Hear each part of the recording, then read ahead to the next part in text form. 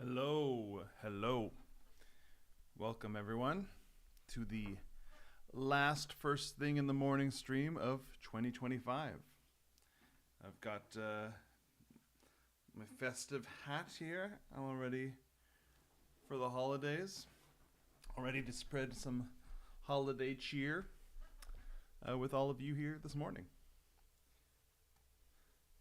Hello, Earthman Jim. And you got the number 2 crown. You got a fight Art Frog for the number 1 crown. I like that I can pit my chat against each other with these crowns.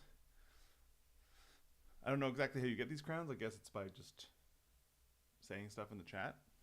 So if you just spam the chat, you could you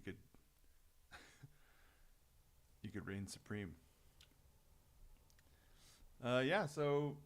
We've done 5 of these so far, so keeping up with it pretty well. Haven't been doing it every week, but turns out that I'm not here on Monday mornings more often than I thought. I guess when you don't have a full-time job to get to by Monday at 9 a.m., you can take these little weekend excursions that spill over into the week. And though that's fun, it does interfere with the first thing in the morning Monday live stream. So that's a conflict that might need to be explored in the new year. And maybe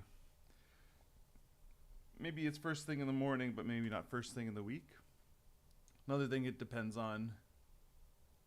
I'm quiet. Here, I can adjust. I was messing with the audio settings on my little preamp thing here, so I might have to fix that. Give me a sec. Output, USB out level. Dooba dooba doop doop doo. Hello. Hello. Hopefully that's better. Maybe I can raise it on OBS as well. Let me know if it's any better. Yeah, so been doing these on Monday mornings. It's been a good way to start off the week. But yeah, it turns out there's conflicts on Monday mornings, it turns out. And also I will be starting to teach one day a week at the college, local college here in Ottawa, 1 day a week. And it depends on what day that ends up being, and that's still being decided. So obviously if that's Monday, we'll be shifting this. But yeah, I'll be letting everyone know through Instagram, through my stories. So yeah, keep an eye on that, and we'll be, because I like doing these, and I want to keep doing them. I like the first thing in the morning thing. One thing I do like about it is that, especially, so this morning, especially, I felt like I don't want to get up, but I felt beholden to the choices I had made to set this up in the morning, and it gives me a reason to push past that wall of not wanting to get up first thing in the morning. And I'm sort of glad I did. I got a nice big mug of coffee. I like showing off my fun mugs. This is my Up mug.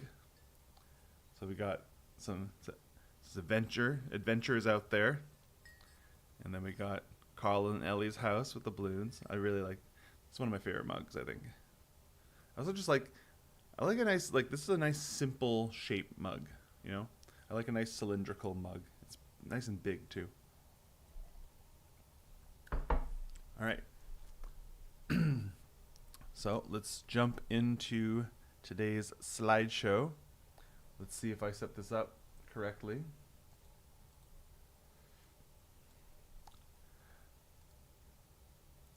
I didn't set it up correctly. Do I have to activate the window? I do. Okay, cool. Yeah, so welcome to the first thing in the morning live stream. Thanks for being here and being cool. It's been really nice that when I do these, there's always someone here. And a couple of you have been showing up every week, which is really nice and really encouraging. I had, different ideas of why I was doing this and what I kind of hope to accomplish. Like most of the things I'm doing right now, I'm trying to make everything I do sort of serve multiple purposes.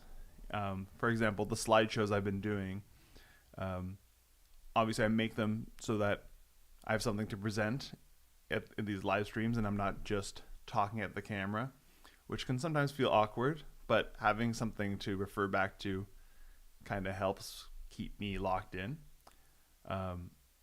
But of course, the slideshows serve the purpose of, it helps me work through my thoughts on things I'm working on or researching, methods I'm using. And, I've even had thoughts of the stuff I make for these slideshows could serve then another purpose beyond the live stream of maybe I polish off some of them and turn them into like PDF readers. So, and one of the other purposes of these live streams, one of the things I hoped was that people would match my first thing in the morning energy, and because other people kind of matching my commitment to having that discipline, it feeds back into me. It makes me want to keep doing it, Obviously, if there was no one showing up for these live streams, I'd still do them out of defiance, I would out of spite, I would still stream to 0 people. But it's a lot nicer having people actually be listening, and it gives me that extra reason to show up. So thank you. You're very cool, and I like you. All right, this is the last stream of 2025, and I will see you next year. So probably first week back would be the week of January 12th. So as I said before, I'm not sure if it's going to be that Monday. Since, all the things I mentioned, I already went over that. So the exact date will be announced, and I'll probably know that sooner than later. It's going to be worked out hopefully this week. So I'd like to do Mondays. Like I said, I like the Mondays because it's a kickoff to the week. It sets the tone, like it'd be the easiest day to just sort of drag your feet into the week. But personally, I like starting my Monday off really strong and getting a lot done early in the week, because I actually find I get that midweek dip. So I find Wednesday, Thursday are probably like my least productive days. Monday, Tuesday, and Friday are kind of like my best days. So I like to start Monday early and get the most out of it. So fingers crossed we can keep doing Mondays. All right. So a little disclaimer up top. I'm just some guy. Don't let the Santa hat fool you. I'm human. I'm fallible. If you learn something from listening to the stream, cool. I'm not claiming to have all the answers or even any answers. I'm just going to tell you what I'm interested in, what I've been trying, what I've been looking at and doing. It might not work for you. I don't know if it even works for me. Part of these slideshows are explorations that I'm doing of things that I'm thinking about, things I'm interested in, and testing those out in my life and seeing what works. So I found what has this disclaimer should get longer every week. I feel like it does. I feel like I add more context to it every time. That's funny though. It should just become unreadable on screen.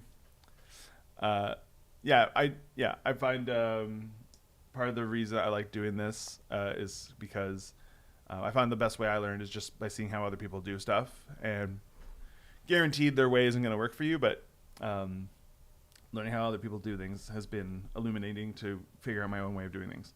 So this week's going to be a bit different though. I've been talking more, I feel like a lot of these have been very much about like workflow and process. That's kind of been the focus. The last one was a little different. It was just more about like almost like a little photo journal. But that became a sort of on the topic of when you have an off week, how do you roll with it or bounce back? But I want to use these slideshows to explore other things. And one of those is just when I'm doing research or reference on something as a way of sort of pooling my reference together and studying it, turn it into a slideshow. And I find like I do with my process, I literally open Google Slides, and when I'm looking for reference, I'm building a slideshow in real time. I'm like adding slides to it as I'm copy and pasting images and making notes in the slideshow. So you're about to see, this is very much an ongoing work in progress, because I'm designing my own cartoon supercomputer. And so I wanted to explore, I played around with my own ideas. I have a good idea of how I want mine to look, and what exactly this is for I will go into later next year. The idea is, though, I'm designing this supercomputer character, and I'd been meaning to do this for a while, which was just to go look at other supercomputers mostly in Western cartoons, TV shows mostly, to see what the different kinds of how different people approach these characters and supercomputers in cartoons. So I started breaking them down into types. And the first one is kind of like, I think, when you think of a supercomputer in stories, it mostly, because, okay, like the original supercomputer characters, if we call them that, would have popped up in science fiction literature. And oftentimes your mind goes to they're the unbeatable supervillain type. So I didn't include like a HAL 9000 because that's in film and in literature. But there's analogous characters in cartoons. So this one's from Once Upon a Time in Space, which is a show I never knew about. I've discovered it through doing this research. It's pretty janky, but it's a fun kind of. I haven't looked into the production of it, but it looks sort of like that, like French anime stuff of the '80s. I'm not exactly sure when it's from. Anyway, but they have this episode about the great computer. So here's a quote from him up top: "I'm not a computer. I am the great computer." And it's a this pops up a bit. It's like the character, but not character, because it explains that like, because they say, why can't we see you? And he's like, well, I'm the whole city of everything, and I'm having to dumb myself down to create my little individuals that are avatars to speak to you. But what I am is without shape, without form. I'm everything you see around you. I'm running through the circuitry. And so that's kind of like the first type. There's different variations on this. So there's the core from Amphibia, and sort of spoiler alerts for Amphibia. It gets pretty high stakes in the later seasons. But it's this one, the core from Amphibia is less of it's not futuristic tech. It's like otherworldly ancient tech. And it has, you can see here, it has like an egg-like or tadpole-like vibe because it's from Amphibia. It's the amphibious hive mind. And it's the result of like the greatest minds of their culture uploading their intelligence to this central thing. And it ends up sort of it's like, again, that classic thing of the collective intelligence sort of seizing control and being a runaway force, similar to the one in WALL-E or something. And it's the main antagonist of the show. It turns out, again, sorry, spoilers for Amphibia, that all the villain character is being controlled by this thing. So this is more of it's not so much programmed as it is like, it's just like uploaded intelligence combined into this entity. So we'll move on to, yes, Amphibia mentioned Art Frog. Yeah, I figured you'd like that. So we move on to Hardak, and this is a trope that comes up a lot, is the name being a labored acronym for what the machine does. And this one's a doozy. I just need to read this out loud. So Hardak, which great name, right? And to get that name, they had to reverse engineer this title for it: the holographic, analytical, reciprocating, this is my favorite part, digital computer. So not only are they doing that thing where they're really forcing all these like vague techno sounding words to create a name, which isn't even a name, Hardak, they use the A from digital as one of the letters, which I think that's breaking a rule, right?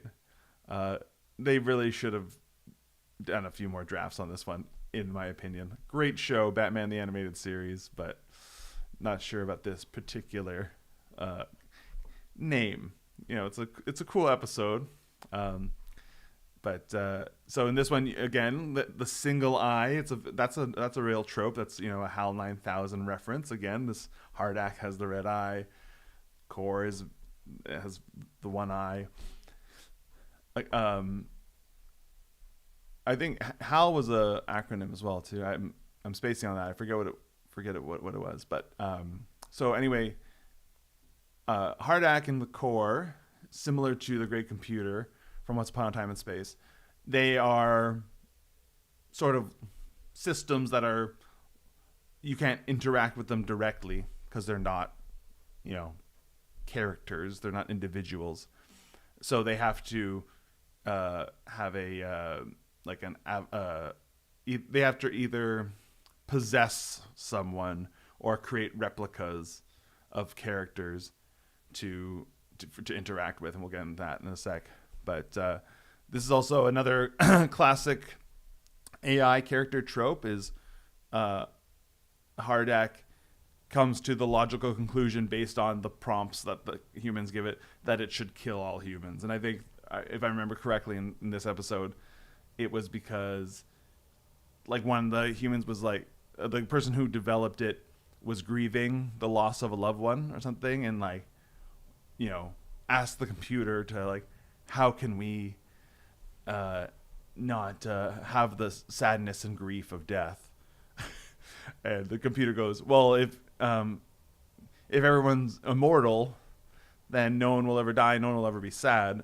That's impossible. Humans are mortal. Let me just kill them all, replace them with robots. Then we're done. There's no grief, there's no sadness. So it's the sort of paperclip problem that AI accidentally barrels forward on a solution to a problem that maybe is a little counterintuitive, to put it lightly. So here's the replicas, or in Amphibia, it's a sort of a mind control situation, whereas in this isn't the actual Batman. This is a robot replica. At one point, he gets half his face torn off, so you can see that he's like Terminator underneath. And then so you'll often notice the red eye is a sign of evil computer and evil computer underlings. So when those red eyes are glowing, you're dealing with an evil robot. So keep an eye out for that, because we could be dealing with that in our own future quite soon. And they have to have red eyes. That's the rule. All right. And then we have the Zordon type. And I'm hoping to find more of these, because I think this is an interesting one. It's an interesting subcategory of the sort of helpful, all-knowing supercomputer, benevolent supercomputer. This is Sentinel-1 from Space Sentinels, which is a Hanna-Barbera cartoon, kind of a forgotten one, but I really love the 70s aesthetic to the circuitry, the panels and stuff on this computer. And I love this like floating see-through head thing. I just like, it's a cool aesthetic. And again, very Zordon, right? The way, Zordon's head is floating in a tube and kind of speaks in this deep, all-knowing cadence. Much like Zordon, Sentinel-1 put a team of teenagers together and gave them powers. In the end, has more of a individual character, I guess, characterization than some of the other AIs, which are sort of a disembodied presence. And he has like a sort of stoic and ancient and paternal character.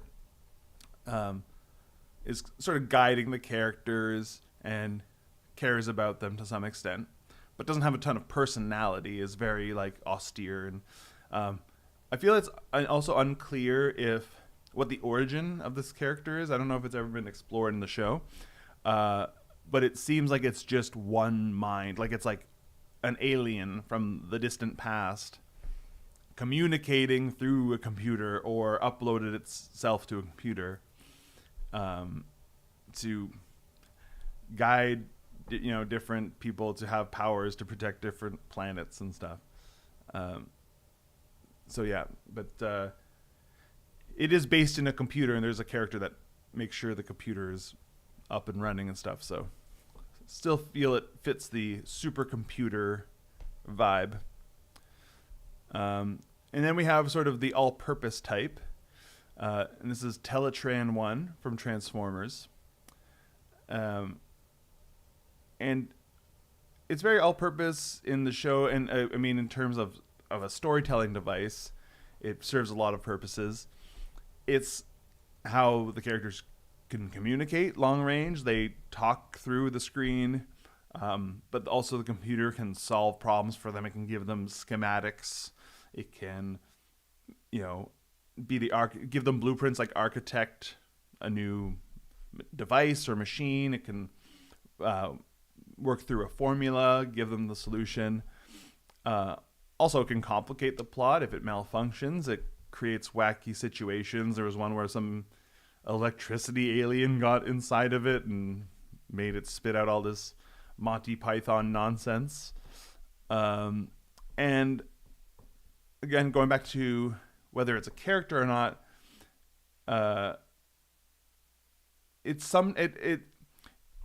there's other iterations of it. I think in the comics it was kind of more of a character, and they give it a little bit of like a sprinkling of personality sometimes, pretty rarely in the old cartoon. It's a tool. Yeah, like you said, Aaron, it's more of a tool than a character for the purposes of the show anyway. Fans may disagree. I just wanted to highlight this one because I love this stuff. I want to get some more images like this because I really love the old school glowy wireframe displays that they have in old cartoons. I love like the displays in Evangelion. I want to collect some of those and reference that. Just making a note here, like how the bloom in the light really blows out the image a little bit, like especially in that. Well, especially with the yellow parts, you can't even tell what those would be. But the top left, like, kind of crushes the fidelity of the image a bit. But it's in a fun, appealing, lo-fi kind of way. And then we have the more sassy, cartoony type of cartoon supercomputer. So this is the Quadruplex T3000 from Dexter's Lab, and this is the computer that is sort of Dexter's helper, sidekick. Same voice as what's her name, Miss Bellum, or the mayor's secretary in Powerpuff Girls. Same voice actor. Mostly is a helper who's very loyal to Dexter, but it can also be sort of a foil. There's like episodes where they kind of shift the dynamic a bit, so there's a little bit more characterization to this, and it knows, it knows everything Dexter knows, but it sometimes also it knows more than he knows to kind of put him in his place. But it is very servile and loyal to Dexter at the same time. And another thing that was interesting as I was looking through this is some of the voices of the computers. And this one, a very naturalistic voice. It's like, again, like the secretary from, I don't know if you haven't seen this show, but you've seen Powerpuff Girls. It's the same voice. It's like a very soft, silky, like female voice, very feminine voice. And then also a thing that was interesting is seeing how when the computer when it speaks but it doesn't have a mouth, how they indicate speech. And one way that you'll see a lot is the sort of vibrating waveform that they'll just throw in an image of this so you can tell it's speaking. I just really like the way the stuff around the computer looks with the monochromatic, it's usually like cold blues, and they have some of the desaturated greens that kind of help along the bright green display color, which I learned is phosphor. I was wondering, what do you call it? This got me thinking about other things too. It's like, why were monochromatic displays green in the first place? And that led me on a little rabbit trail, a little rabbit hole here. That turns out like it's because phosphor was, it when it's like lightly radiated, it illuminates and it creates high contrast and sharp text. The light is easy on the eyes, and also cost effective. So, so I'll just read this really quickly. So monochrome monitor is a type of computer monitor Text and images are displayed in varying tones of one color as opposed to a color monitor. They were very common in the early days of computing, from the 60s to the 80s, before color monitors became available. They're still widely used in applications such as cash register systems, owing to the age of many registers. Green screen was the common name for a monochrome monitor using green P1 phosphor screens. The term is often misused to refer to any block mode display terminal, regardless of color. So I put this for my later reference because, you start learning about one thing and you dig a little under the surface. Now I'm off on a whole other trail. I want to learn about how they develop this technology because it's very aesthetically pleasing. But it was really interesting to learn about why that was green. Okay, so going back on track, this is a pretty broad type, and I feel like some of the stuff we've talked about might have a touch of this already, but there's ones that are purely a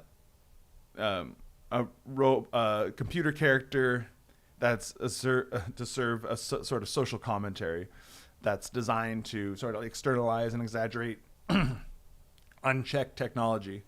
So this one's CompuComp from Dilbert, voiced by Jerry Seinfeld. It turns out when I went back to this one and I remembered it having a sort of Jerry Seinfeldish voice, but then I was listening and I was like, is that actually Jerry Seinfeld? Because it weirdly sounds like, I don't know if you've ever heard Pete Holmes' impression of Jerry Seinfeld, where it's like cartoonishly exaggerated. It's almost like he's doing an impression of himself. So it's weird. I think what distinguishes the social commentary characters, their sole purpose in the story is to kind of mock the idea of in this case, I think it's like consumer technology sort of taking over everything.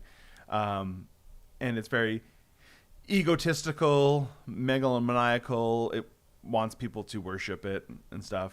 Obviously, very dangerous, huge, imposing.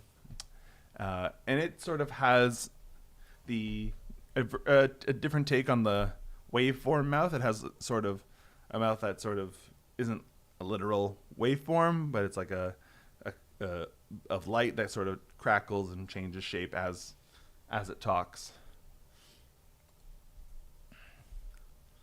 Another rabbit hole I went down on because I was looking for other reference for cartoon control panels, and I wasn't finding a ton of what I was looking for. So I had this sort of thought of what am I reaching for? And I was really just wanting simplistic buttons and sort of like I love on this this red toy here, the little button on the left side, the circle with the green circle in the middle, the two blue things on top and bottom. It's more like remote control design than it is computer keyboard design, but I like that stuff, the aesthetic of that being mashed together. So I was collecting some reference of just toy computers because I feel like the design language kind of carries across those two things, the simplicity. And this stuff is just, I don't know, I find this stuff really charming. I find this was in an era where sort of the design language of computer technology hadn't been locked into this very efficiency-minded simplicity, minimalism, and people were trying weird things. And of course, this is stuff specifically for kids, so it's especially kind of whimsical. But it reflects some of the more people were being more experimental with design for technology now, and not everything was so sort of cut out and boxy. And yeah, honestly, why can't actual tech look more like this? So much personality. We've lost so much. Reminds me of those those TVs. I'd say my white whale, my holy grail, is there's this TV that has a DVD player in it, and it's like Shrek's head. The TV is Shrek's head. Like we need more. I mean, that stuff needs to come back. We need more like colorful, see-through computers, stuff like that. You know, everything's just too smooth, simple, and it's black, white, gray, silver. Let's get some of this funky green and blue back in the mix. I want to briefly talk about faces on computers. So if we go back to this one, kind of has like a computery face. This one, Dexter's computer never really has a face. It has a mouth in one episode where it becomes weirdly, seductive in one episode and makes Dexter nervous. This one obviously is a floating head, so not really a face on the display. So I wanted to kind of go into more computer faces with or computers with faces, because the computer character I'm trying to create is supposed to be a little bit more involved in the plot, I guess, and it has a bit more of a personality. And I want it to be something that you feel like you can engage with. So I want to see how other shows had done this. So this is kind of close to the range I was thinking in, which is it's like a regular face. It's almost emoji-like and simplified. You know, it's just like smiley face, design language, dots for eyes, simple shape for mouth. Of course, it's a little more angular because it's computer. And this is a master controller computer from Grim Adventures of Bill and Mandy. And this wasn't even a character in the show, I don't think. I think this was just a one episode villain that they had to defeat. But I like the design of this computer. It brings together a lot of the stuff I like from Dexter's, but like kind of crunches it down into something that's a little bit more of a discrete character. So even though I had never seen this one before, the design that I've been working on definitely is closest to this one so far. And then if we go further back to the Jetsons, they just took a regular cartoon character face and put slapped a green grid on top of it, and that's what they could imagine for computer faces in the future. And this is Rudy from the Jetsons, which again, classic name as acronym, but at least I think this one works better than Hardak personally. First of all, because Rudy is a name, sounds like a name, and its name, I feel, at least approximates what it does in the show, the referential universal digital indexer. So it's just, and that's when George works with this computer at his job, and that's what it does. It does a specific purpose. It keeps records and indexes things. And by the way, as I was looking at this, I realized that George's job is to maintain a mentally ill computer, which that I think Jetsons really nailed the future when they did that. Out of all the things, we didn't get the flying cars, but it seems like that one's gonna be the on the bingo card for the future. But yeah, I like Rudy because I think out of all the ones we've talked about so far, it has like a very like human personality. It's like worried about becoming outdated. It's like in the show, it's it's older tech, and there's like better computers than it at that point. So it's like neurotic and worried about losing its job, which I think is very funny, and it's kind of like a very modern sensibility to that joke in a way. And for the character I'm developing, I want it to have a little bit more of a, not necessarily neurotic, but a little bit more of a human personality, in that it can be annoyed or irritated or exasperated kind of thing. All right, so that's all I have for supercomputers. I'm also going to be exploring cartoon robots, and I think I did include some of my early photo gathering. So this is kind of like peek behind the curtains. This is what I want to talk about, is like kind of robots and older cartoons. So skip over the more like the more advanced or futuristic robots, and more of the clankers, so to put it.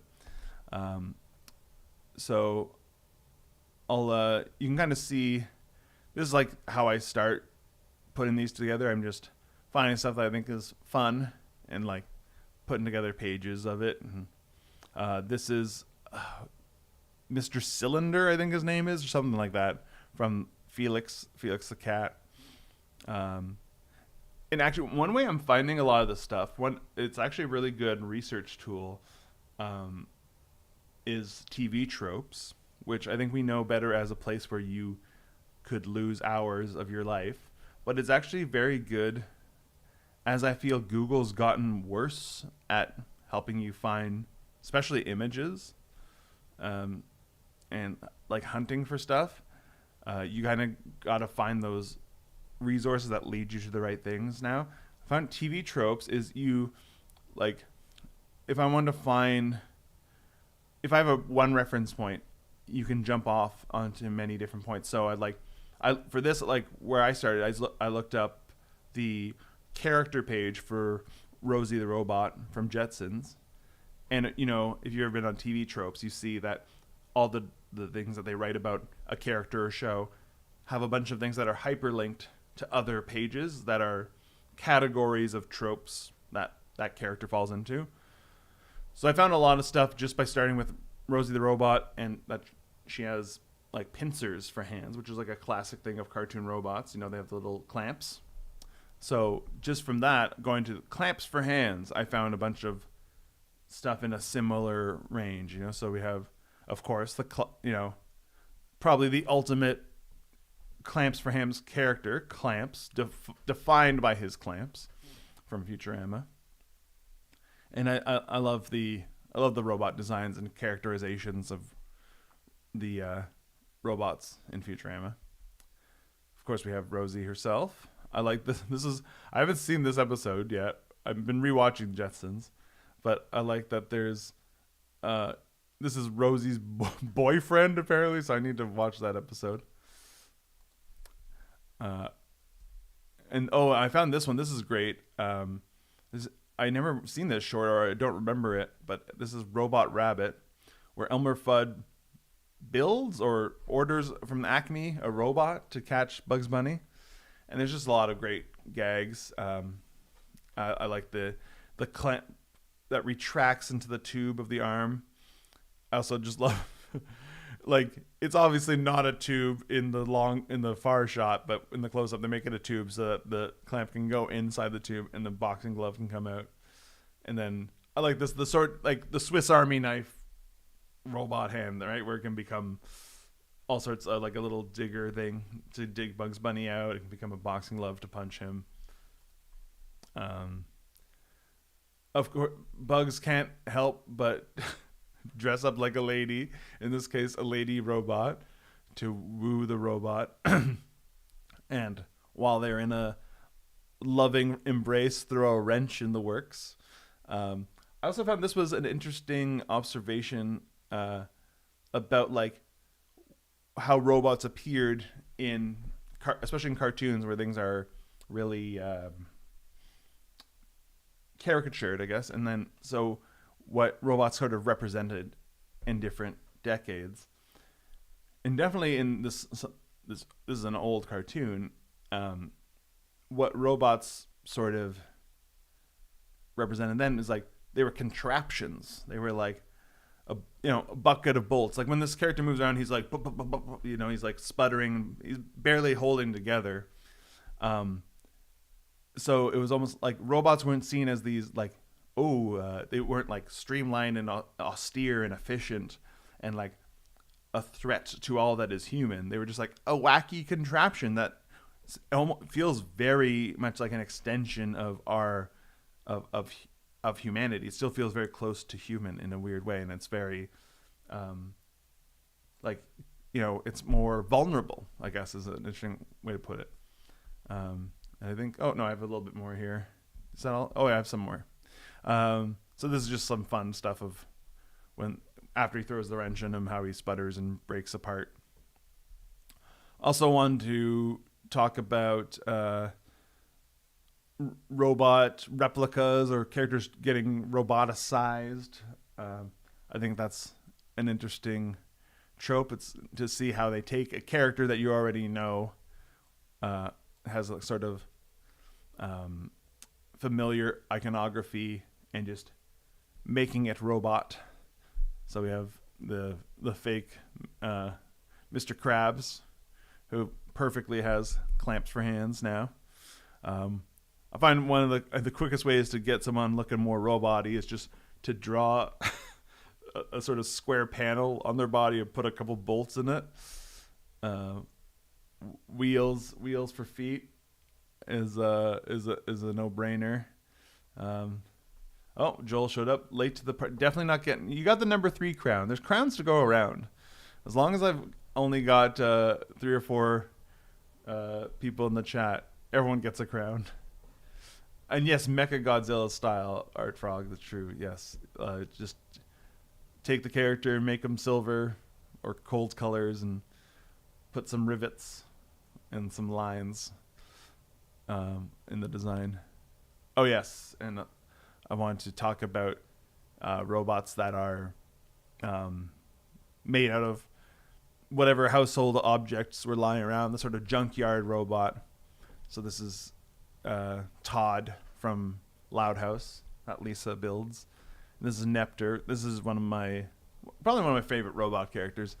I think this is an all-timer joke is this character, how Finn built this robot and gave it a face by drawing a little face on the can on top of the microwave, but then it was zapped and brought to life and its face appeared on the side.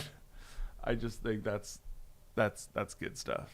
And one thing I came across actually while I was looking into cartoon robots was this show, which I feel like I had a faint memory of, but I don't think I ever saw the show before until recently, which is Whatever Happened to Robot Jones, which is a very short-lived show from the early 2000s, just before my life as a teenage robot on Nick. But this was Cartoon Network, I guess, doing a similar-ish take. It was definitely a different kind of show, but it was very much a robot kid in school with regular kids having the robot version of, school kid problems.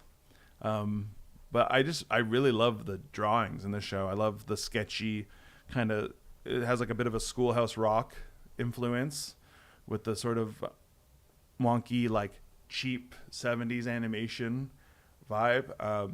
And yeah, the way it looks and the way it moves is just really fun. And it has that sort of wonky, what I love about computers and robots in cartoons is it like takes the complexity of like a machine and goes like kind of yada yadas it. It's like, yeah, there's some buttons here and I guess there's some screws here. You get the idea. And I find that just a very fun to look at, but also very fun to draw, because you can put in a lot of detail and there's a lot of fun lines and circles and stuff to look at, but you're not really like, you kind of put them anywhere you want and it ends up sort of feeling right. And so, yeah, I'm going to be getting more into researching these cartoon robots in the new year. So I'll be presenting my findings to you then. But yeah, that's all I got for today for supercomputers. Just go back through it for anyone who's joining us late and kind of see what you missed here. All these great cartoon supercomputers of old. And yeah. All right, so we'll take the last hour to, I'll jump in a draw pile and we can draw our own supercomputers and our own robots, or really whatever we want. But that's what I'm going to be drawing. So I'll get that set up just give me 5 minutes and I'll be back, and I will post the link to join in the chat. If it is your first time here or you haven't joined the the draw file before, then you can go to, I think it's drawpile.net, I believe is the address. Yeah, and there might be a browser version. I'm pretty sure. Yeah, I think there is.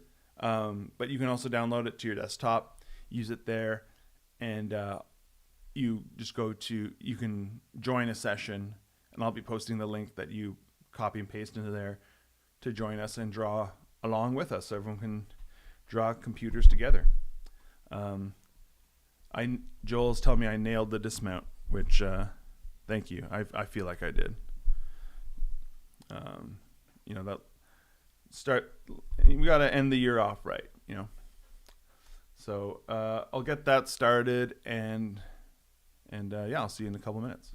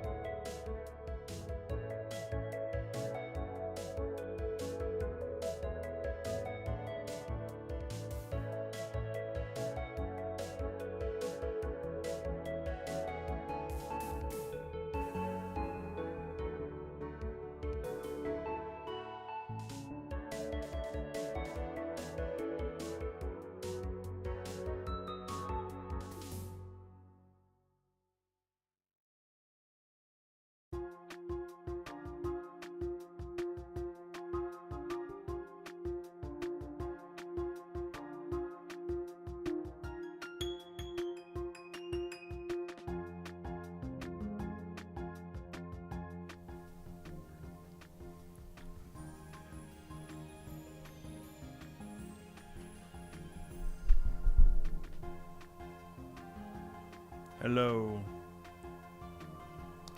Let me know if my mic is too low. I tried to shift it over to where I'm sitting now. I'll lower the music a little bit. Here, actually, I'm going to lower it on my end.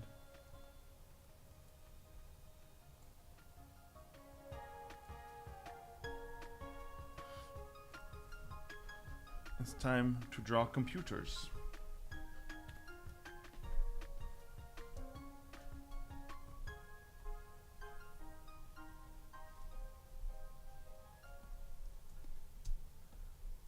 Hello, Tebulous and Assorted. You gonna join us in drawing robots and computers, I hope?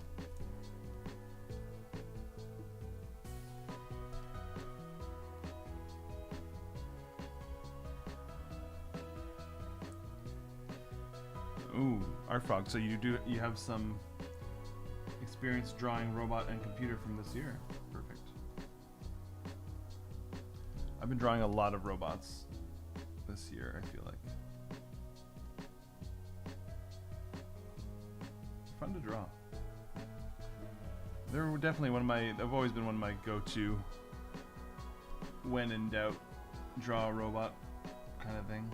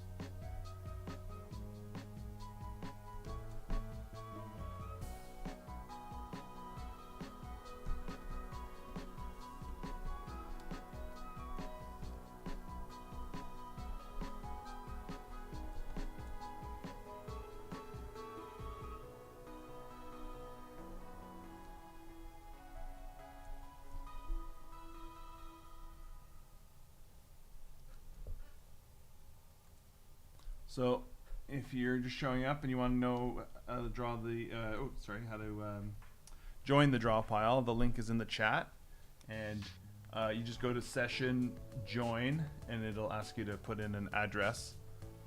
And it's not working. I think Art Frog, correct me if I'm right or wrong here. For the link, you take off the word draw pile, right? You just start with the backslashes or with pub drawpile.net and then the rest. Like that's the part you use, right?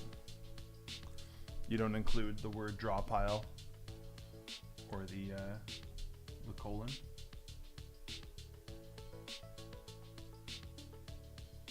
I'm less familiar with that end of it because I'm usually the one hosting rather than joining.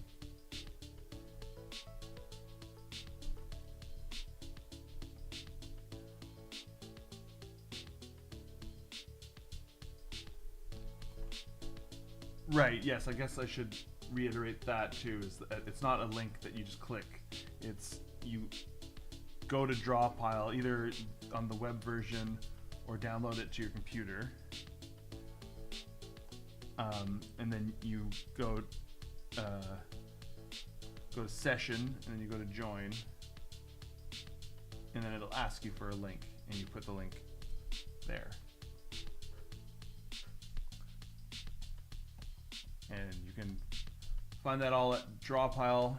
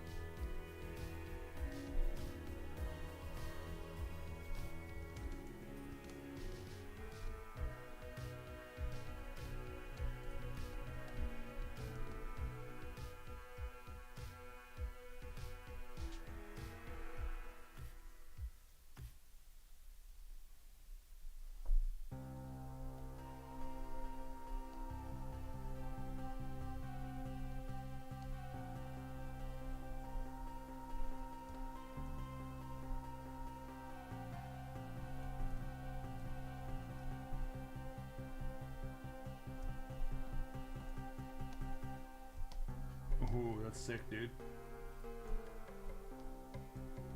A big scary robot.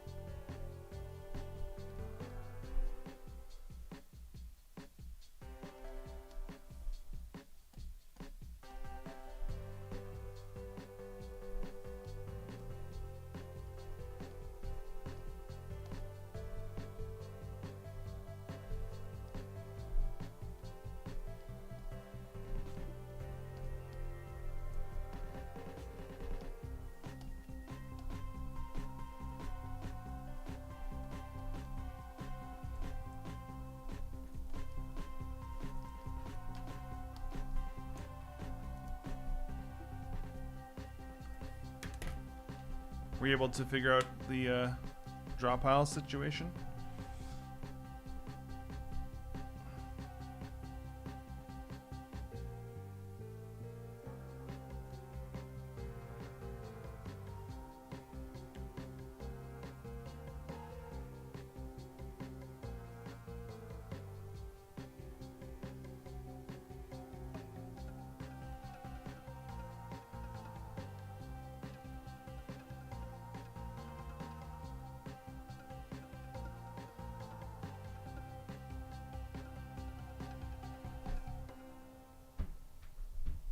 Okay, sweet.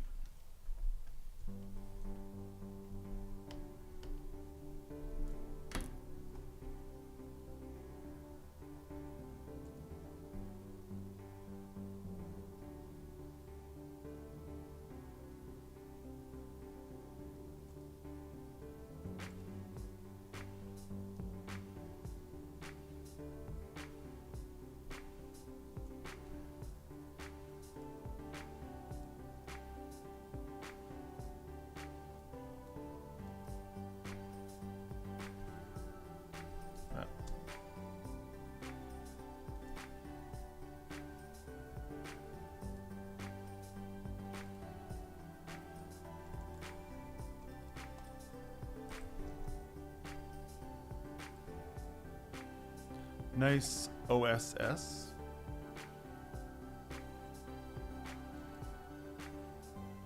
I don't know what that means.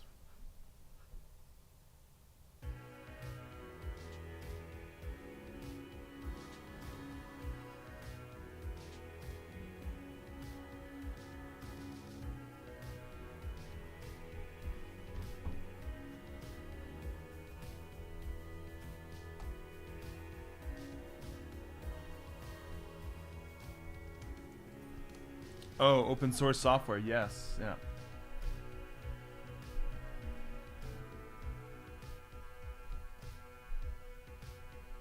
Yeah, I forgot that about Dropile. It is open source.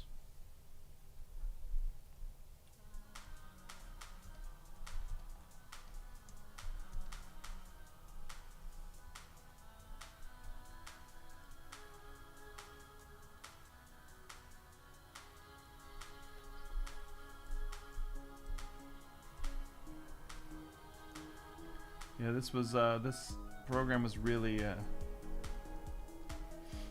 a huge lifesaver for me and my friends during COVID era.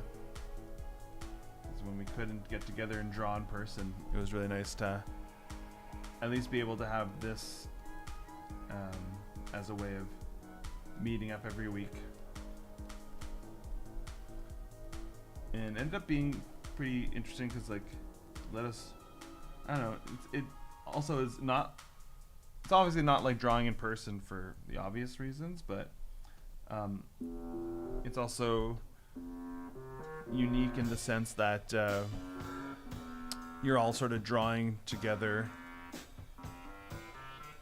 on the same canvas, which of course you aren't doing when you're drawing together in real life.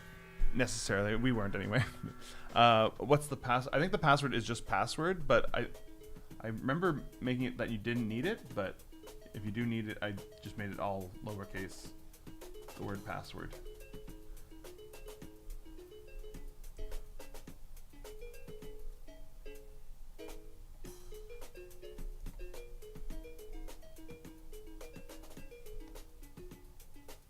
Let me know if that works. Oh, yep, you're here. Awesome.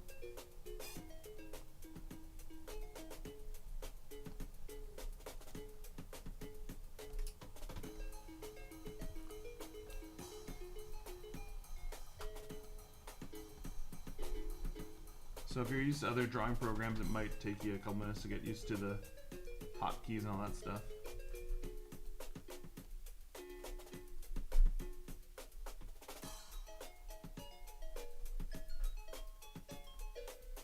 But it's more or less like, you know, a very basic paint program.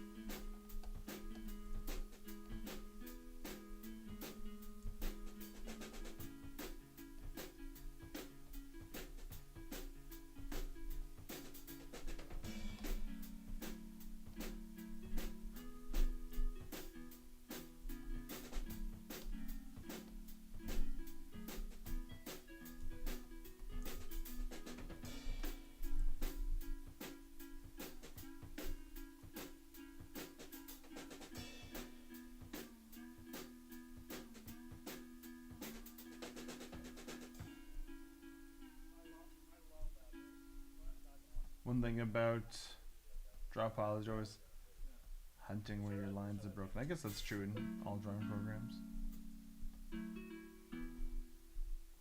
I have no idea where the color is spilling out from here.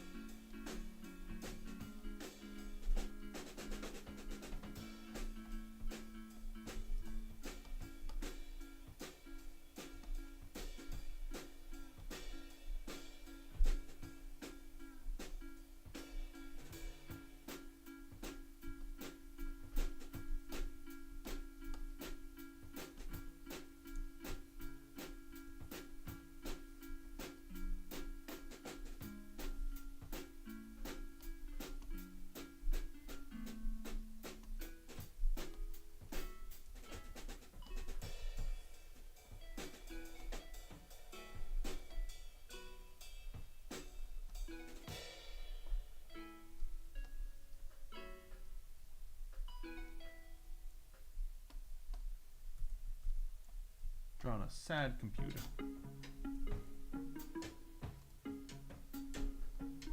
Meh.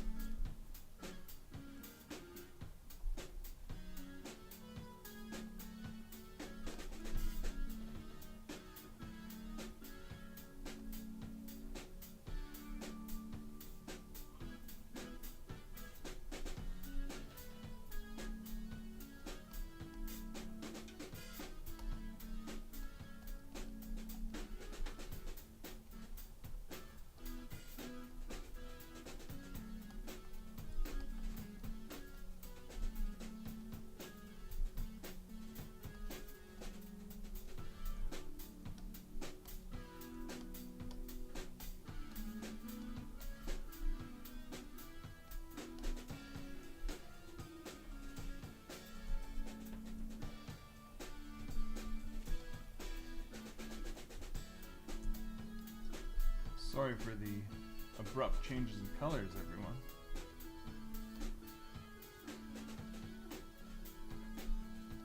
I promise it will keep happening.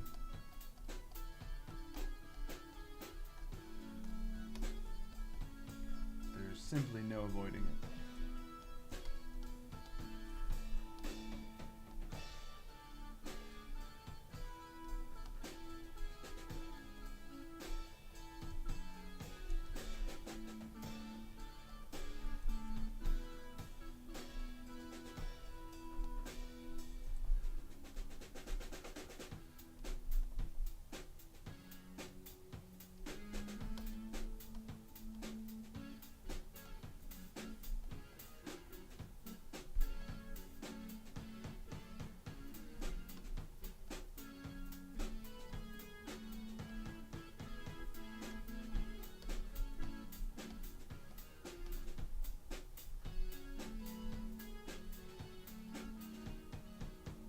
First time drawing without your Cintiq. What happened to your Cintiq?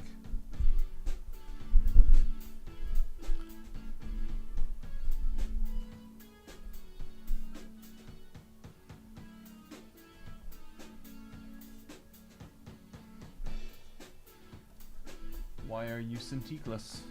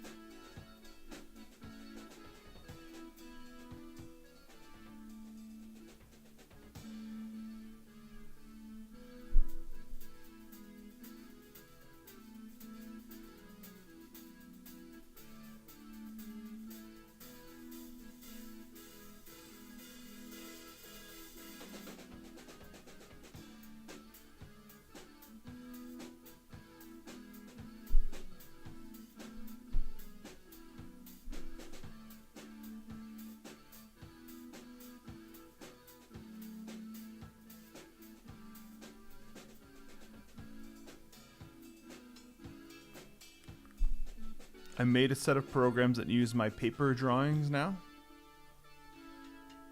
Oh, so you've been just drawing on paper recently? That's cool.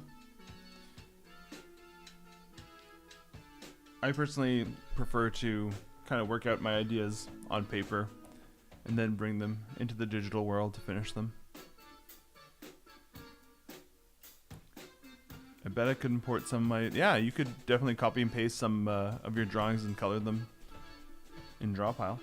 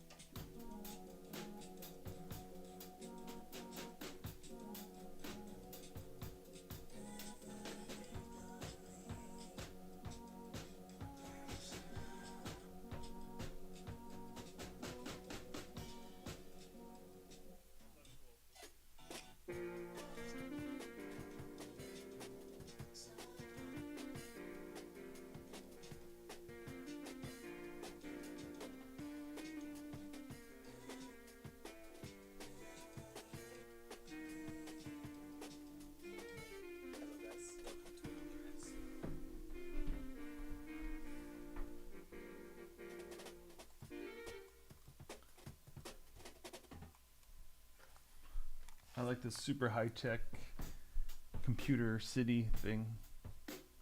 You're drawing Art Frog.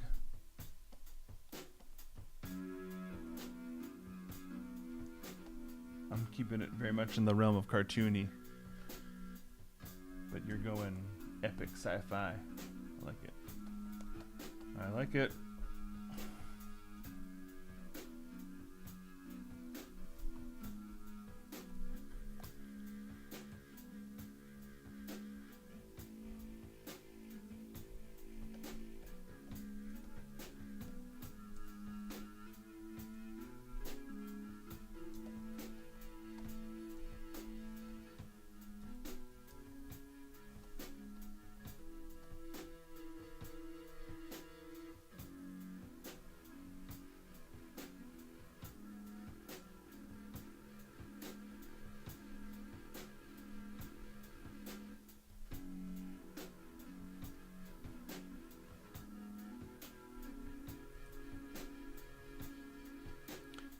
The idea is defo, that big city, big city core machine computer.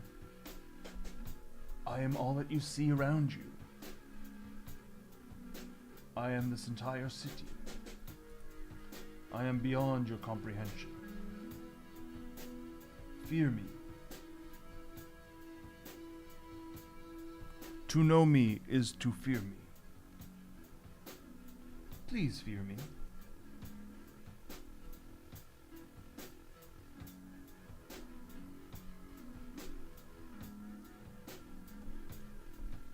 If you could fear me, that'd be really great for my self-esteem.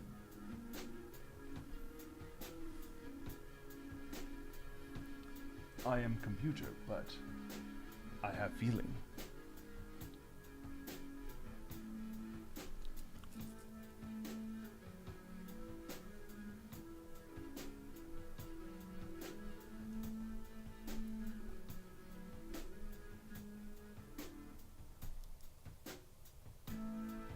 I mean, I guess a computer would always be looking for external validation, though, right? Because it has no internal sense of self-worth. Because it has no emotional core. It would always be searching for approval from its creators.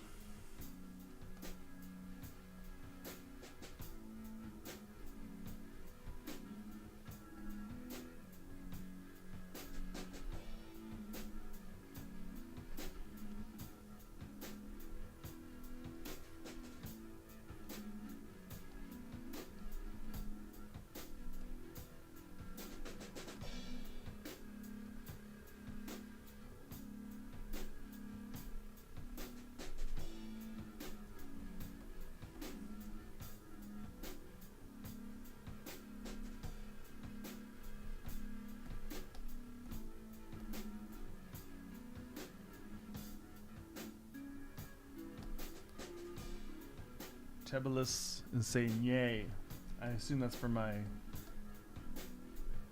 supercomputer with emotional frailty bit.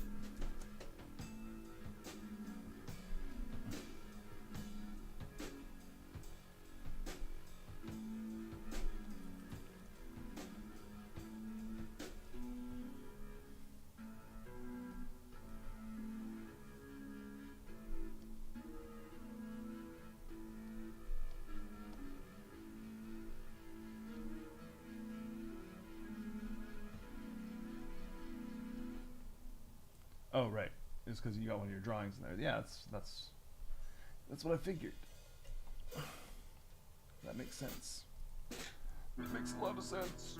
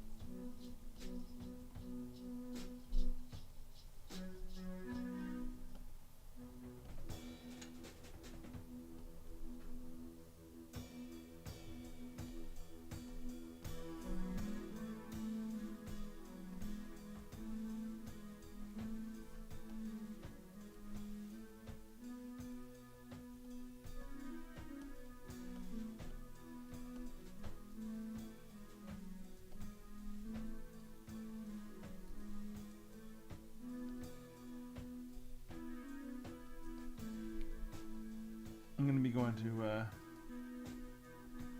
Toys R Us after this. Not for myself, of course, but to get a Christmas gift for my niece. Because I just saw them yesterday.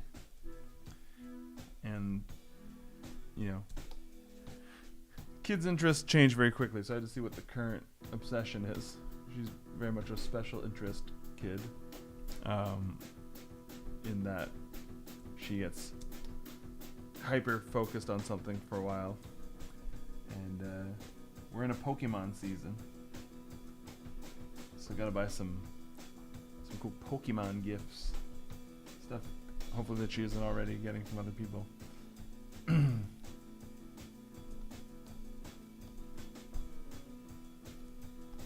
I think this is that's one of my favorite aspects of Christmas is it gives you an excuse to go buy toys guilt-free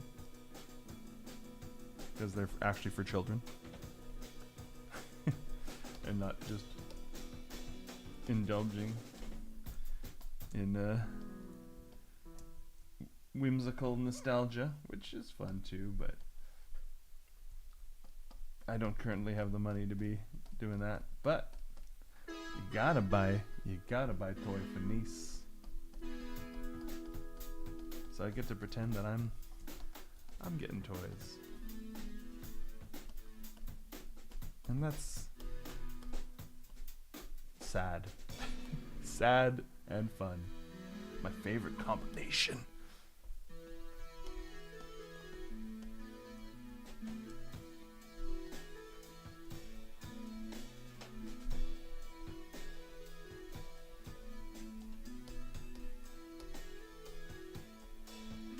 I think we're gonna fill the canvas this week. I mean, I'm drawing nice and big.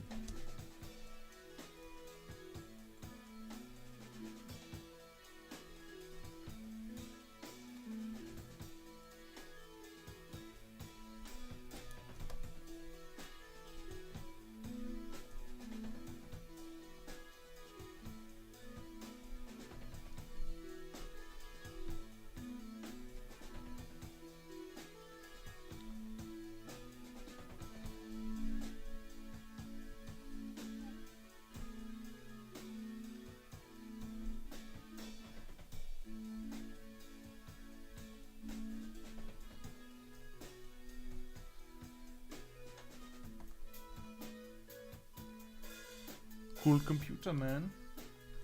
So, is this a drawing that you did on paper and now you've imported it into the program?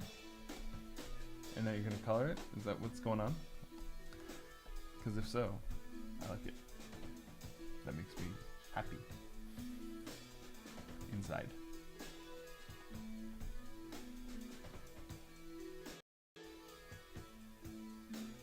The Xerox PARC computer. Cool.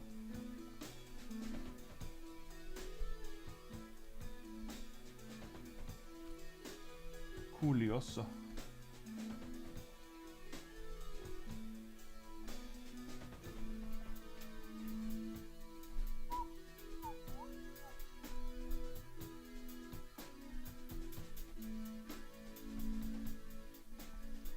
So, if anyone has any cool ideas for Pokemon themed gifts that might not be on my radar, that a young child would enjoy, let me know.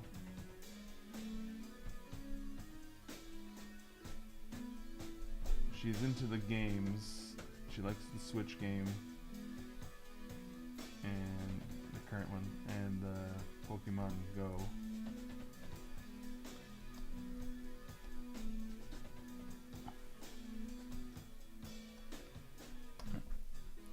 I figure she's gonna get a lot of Pokemon plushies and stuff. Draw some Pokemon. It's like she would love that, actually. That's a good idea.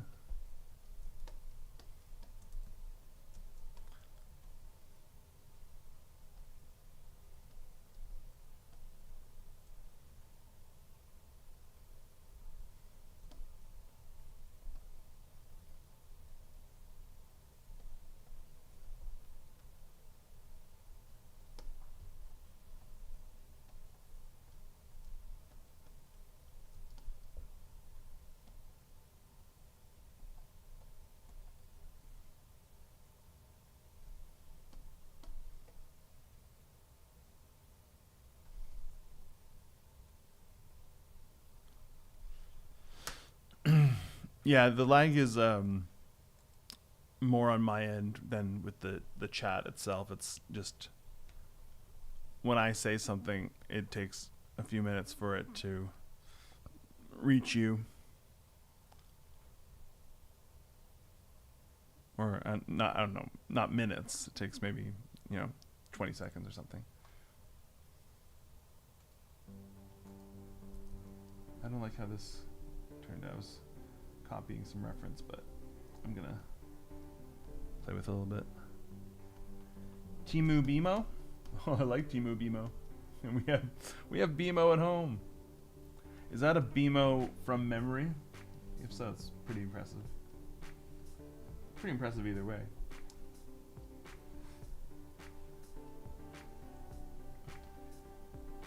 From memory, perfect.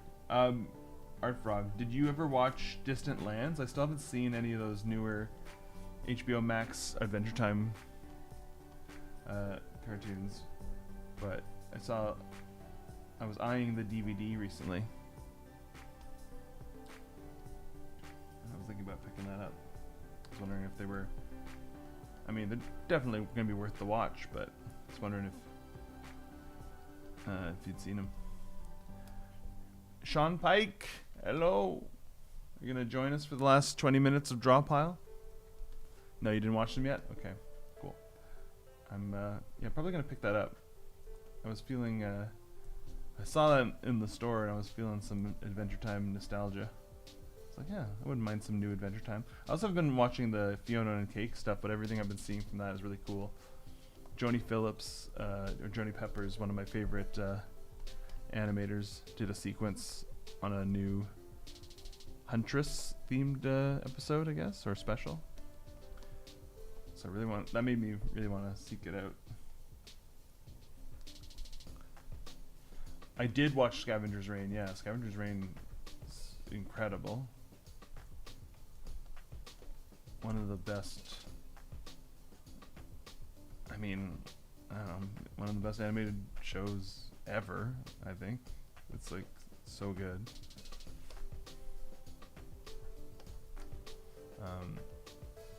and I say that I didn't even like love it as much as some other people did. Like, I thought it was, I mean, I liked Common Side Effects even more personally. That was like even more up my alley. But Scavenger's Reign, undeniably incredible on every level.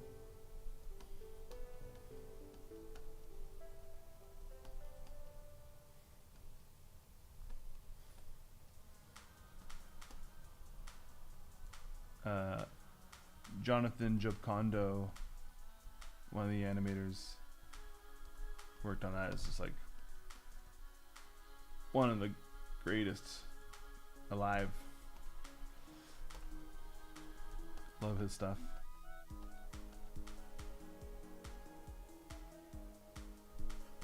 Yeah, so Art Frog, yeah, plot wise it was fine. I think I maybe like wanted or expected more from it plot wise, and maybe that's why I'm a little bit if it sounds like my praise is a little faint. I think it really comes down to that, because I find that's something I really, that really impresses me, and what I really want more from Western animation for adults is like, it's cool like that Scavenger's Reign had the level of the caliber of production and design that you often don't see in animation meant for adults outside of anime, really. So that was really, really cool to see. But one thing that I'm always looking for and impressed by when I see it is stuff where like, this is just good storytelling, even if it was stripped of the animation. And I think for me, that's what I got from Common Side Effects. I was just like, yes, this would just, even if this was live action, like this would just be a cool HBO series, but a paranoia thriller, pharmaceutical industry plot. And then the animation just like elevates it. Another one that I really loved, it was a movie, but if you haven't seen it yet, definitely check out Mars Express. Again, that was just, even if this, like, it's animated so well. And by the way, I think all the 3 shows we're talking about share a lot of people who worked on all of these things. Like, and definitely, what's his name? I don't want to get his name wrong. Just to make sure I'm not getting this wrong. One sec.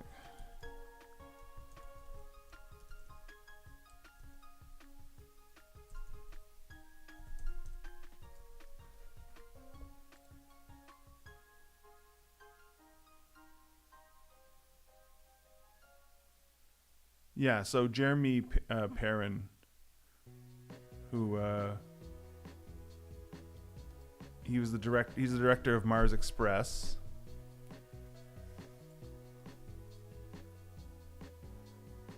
And okay, did he work on, I thought he was connected to Scavenger's Reign.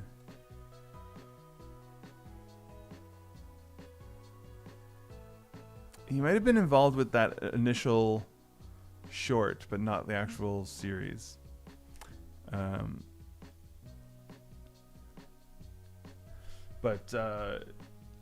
Yeah, Mars Express, if you love good sci-fi, it's a must-watch. And if you love great animation, it's a must-watch. Yeah, that one really, really impressed me. And yeah, I wish it got a wider release. I think it could have done pretty good if it had, maybe not like a super like major release, but just played in more cities. I don't think it didn't even play in Ottawa, for example. It did have a run at TIFF in Toronto. But yeah, I think that would be, a lot of people would like that, even outside of just like it plays well even if you're not into animation. Like if you just like sci-fi, like Blade Runner type stuff, that kind of like heady philosophical sci-fi stuff about like identity, and it's got, it's all wrapped in a detective story kind of thing, so it's got that like sci-fi noir thing going for it, and just so well done. We're bringing you closer to watching Common Side Effects. What can I do to get you all the way there today? Because, man, Common Side Effects is, I absolutely love it, because it's exactly what I was talking about before, but something I've been wanting for animation since forever. Even back when I sort of wasn't as into animation, so I had this period of time where I kind of, I wouldn't say fell out of love with animation, but I went from watching almost like a lot of animation to kind of discovering film and like getting really into that, and just finding the stories I was interested in hearing were just not coming from animated movies. I was very much, this was when I was a teenager, I was thinking, oh, like animation is Finding Nemo, and if of course Finding Nemo is a perfect film I discovered later in life, but at the time I was like, oh, I don't need this kid stuff anymore. I want like heady, interesting, challenging films. But there was a time where I missed animation, and part of me was like, man, I wish like I was, I think I had this thought while I was watching The Third Man, which is a film from like, I think it's from 50s or whatever, but it was like a noir film or whatever. I was just thinking, why can't there just be an animated movie? Because I still loved animation, but I wanted like to be watching what I felt was like a real movie. I was like, why can't there just be a movie that's animated and that is just like this? And really what I was looking for was just something that was conveying serious, challenging ideas, but also with great animation. And it's just, I don't know, I feel it's a need that's often underserved. I mean, with Western animation. Even in anime, it's sometimes difficult to find.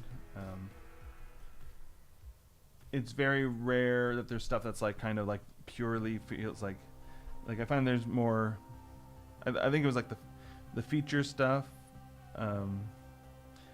or even like one I think about is a lot is the anime Monster. And I like that one because it's sort of grounded again, like. Even the more serious adult stuff, it's like about robots or like, Ghost in the Shell. That stuff's cool. But I just like a grounded human story just done with animation. Third Man is awesome. It is. It's beautiful. Great film. The family of films make too much money. That's true. Yeah, that's the thing you're always fighting against. So, I mean, Adult Swim seems to be pulling it off. They're carrying the torch. From what I hear, they're going to be doing a lot more exploration into making different kinds of animation for adults. They've been holding it down in that one arena for years, where it's like the weird, vulgar kind of cartoon, or the weird, absurdist, surreal cartoon. But definitely with Common Side Effects, with stuff like Primal, they're really expanding into that venue. And I think Rick and Morty was a real stepping stone for them to do that, because Rick and Morty had one foot in the sort of vulgar absurdism, but was a little more, for lack of a better term, just higher budget, more, standard production friendly, rather than sort of like a scrappy, messy cartoon, but it had that spirit still. And I think the success of that has led them take bigger swings with stuff like Common Side Effects. And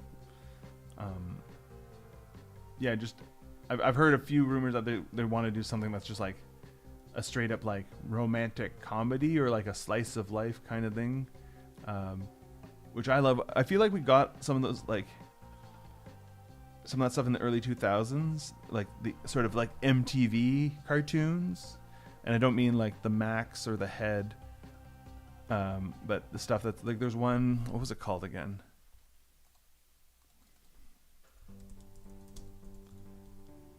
Like Downtown, just like it's like a very much a show just about like, it's like a sitcom. Right, yeah, it was Chris Pernosky who did that from Titmouse. Or even like Mission Hill. Just, you know, cartoon about realistic scenarios, but just using the animation to sort of elevate average everyday stories. Stuff I'd really like to see more of.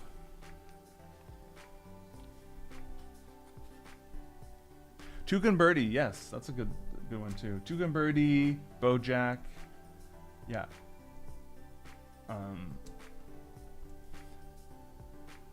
But even then, and not that I mind this, but it's using the sort of animation excuse of they're talking animals, so that makes it a cartoon, you know, which, don't get me wrong, nothing wrong with that.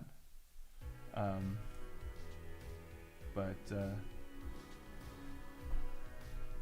I like when something's just like, this is just people and stories about humans.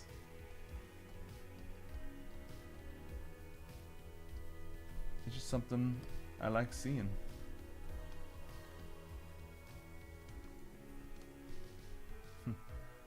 BoJack, yep.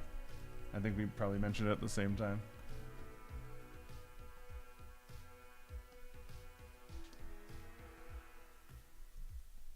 Cool, we did a good job of filling this.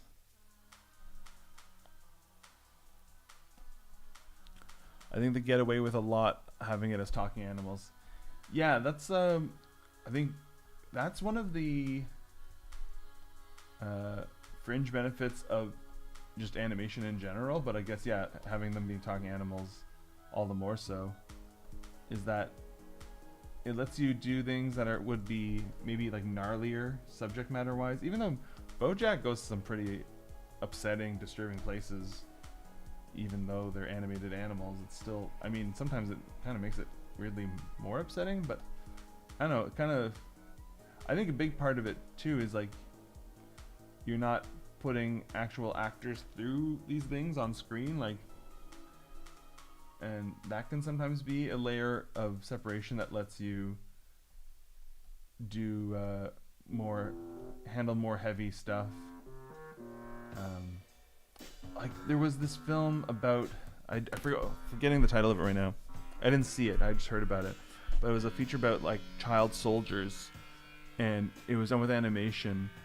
And one thing I thought of, like, oh, like you have a lot more leeway in a weird way to do stuff with kid characters, because you're not actually making kids hold guns or do like anything violent. You're not like negotiating in that weird place where you're having to be delicate or careful on that level. Like you might have kid voice actors, but still there's a layer of removal, and I think that sort of points at what I'm trying to get at with like the stuff with like BoJack's daughter or his old co-star, like the stuff in, I guess mostly involving kids, but even just like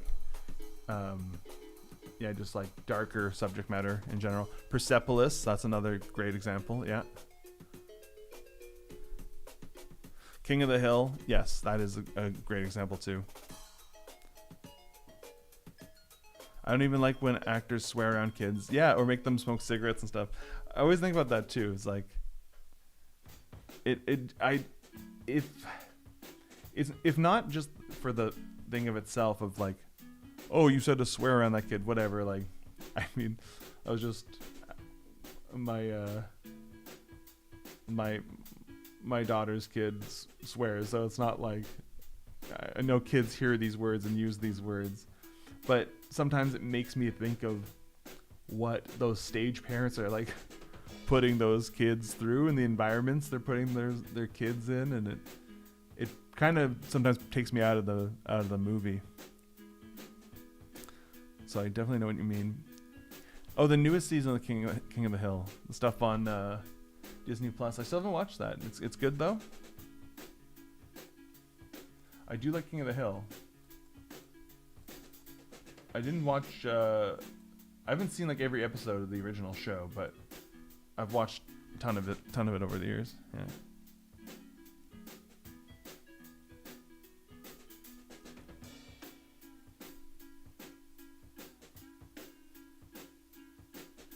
Ooh, I like these little robots.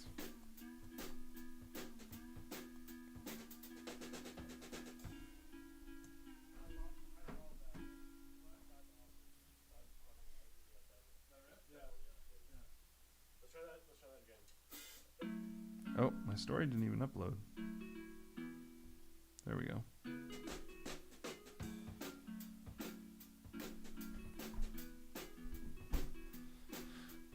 Yeah, it's definitely King of the Hill. It's definitely a show I want to kind of revisit, and I liked it well enough when I was younger.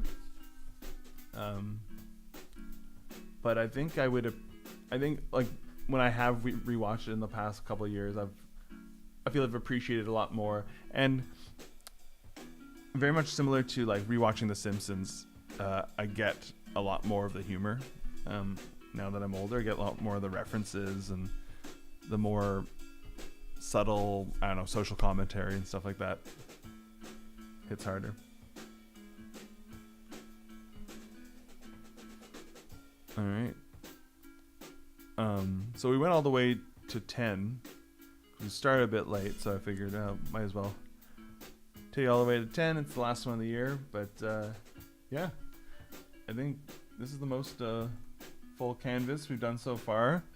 So thanks everyone for showing up and drawing along with me. Yeah. Again, really appreciate all those people who are joining for the first time and all those people who have been coming every week. It's really cool, and yeah, it makes me want to just keep doing this. Yeah, I'm looking forward to trying a few things with these live streams beyond what we've been doing so far in the new year. So yeah, gonna be testing some new ideas out,